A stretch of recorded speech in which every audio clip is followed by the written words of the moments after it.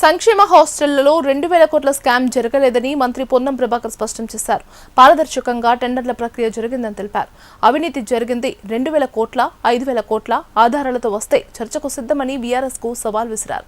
RS Praveen Kumar మాటలు అదుపులో పెట్టుకోవాలని, ఎవరితో పడితే వారితో చర్చకు తాము రాబోమని చెప్పారు.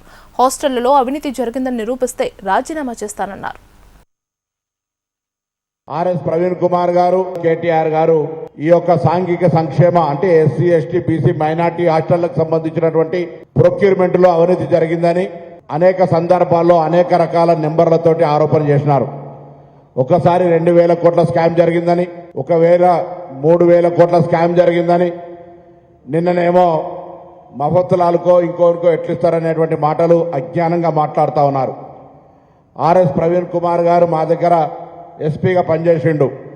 రాజకీయంగా మా నిబద్ధత, మా పారదర్శకత, మా ఎదుగుదల ఆయన కొత్త అనుభవం ఉంది.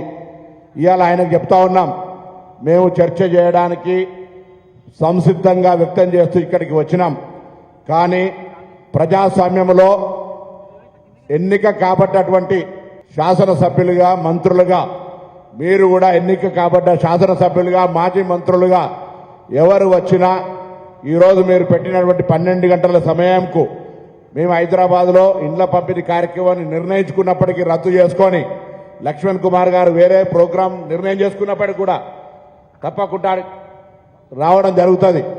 కానీ డెమోక్రసీలో బాధ్యత గల ప్రతిపక్ష నాయకుడు చంద్రశేఖరరావు గారు కానీ, లేదా ఈరోజు చర్చకు కనీస స్థాయి శాసనసభ్యులుగా ఎన్నికై మాజీ మంత్రులుగా ఉన్నటువంటి వాళ్ళు వస్తే మేము ఎక్కడైనా చర్చ చేయడానికి సిద్ధం.